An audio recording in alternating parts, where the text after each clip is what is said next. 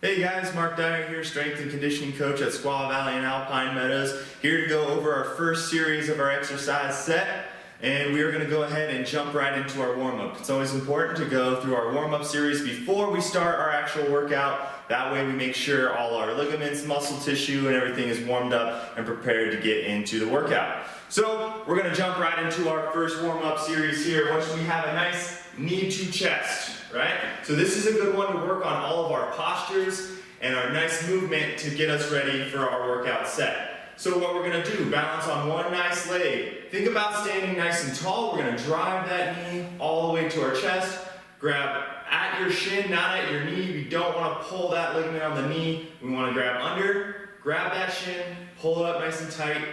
Nice 2-second hold onto the next foot. Drive that knee up, 2-second hold, next one. Notice that my posture is nice and tall. I'm not collapsing that upper body into the knee. I'm making sure that I'm bringing that knee all the way to my chest and I'm staying nice and tall. And we're just going to do 3 each side for that. Now we're going to move on to the quad stretch. Again, we're going to start and think about that nice tall posture. And what we're going to do is grab our opposite foot with our opposite hand, pull that knee nice and tight, and think about reaching to the sky, squeezing those shoulder blades as you pull that knee nice and tight. Again, working on that balance. Extending as much as you can into the sky, nice and slow. Notice my tempo is nice and slow on this one. I'm not rushing through it. I'm really taking the time to reach to the sky, push out my chest, and think about being nice and tall. Again, we're just going to do 3 each side.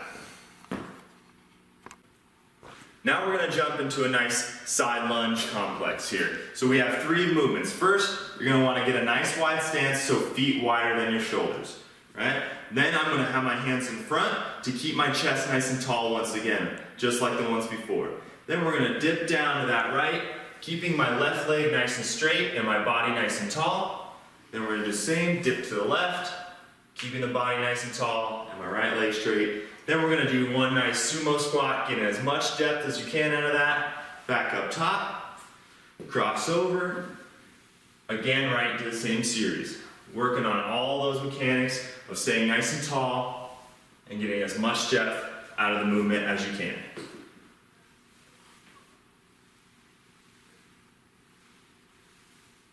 Just 3 total on that whole complex. Now we're going to go into the lunge and twist. But before we jump into that, we want to make sure we have proper mechanics for our lunges. So for a proper lunge, we want to make sure that we take a nice smaller step forward, right? And we're going to drive our knee over our toe on the front as we drop our hips back. Keeping that front shin nice and vertical and our back leg nice and vertical as well. And drop those hips. Most people extend this movement way too far and extend that hip too much. Have too much of an angle.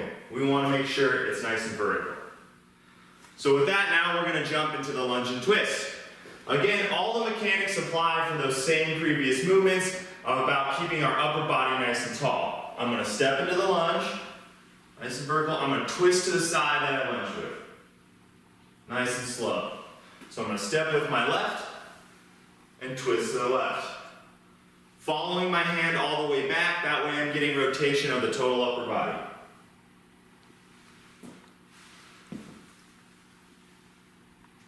And we'll do 3 each side. For this last exercise, we're going to do what's called an inchworm. So what we're going to do to start this exercise is we're going to reach down to our toes, try to go as far as you can, touch your toes if you can. Then we're going to crawl our hands out as far as we can into a push-up position. Once in the push-up position, we're going to go for a push-up, back up, then you're going to inch those feet all the way back to your hands, back into the starting position, and repeat that process, crawling those hands out. Inch those feet all the way back to your hands, and back up. And we're going to go for 3 of those.